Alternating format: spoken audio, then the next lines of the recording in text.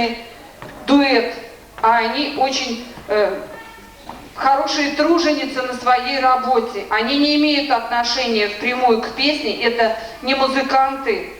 Валентина Васильевна проработала очень много на заводе «Зенит», вот ее узнавали, там в том зале вспоминали, работники завода очень тепло приветствовали. Галина Васильевна, врач детской больницы. В год здоровья наш президент Нурсултан Назарбаев наградил Галину Васильевну грамотой за заслуги перед государством. Вот такие-то замечательные женщины. Если кто не знает, я немножечко вам о них рассказала.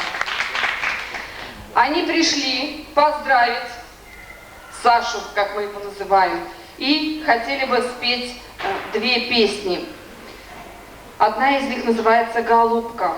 Аккомпанирует Кострыгин Константин. Костя, поклоняйся, пожалуйста, я так хочу, чтобы тебя поприветствовали.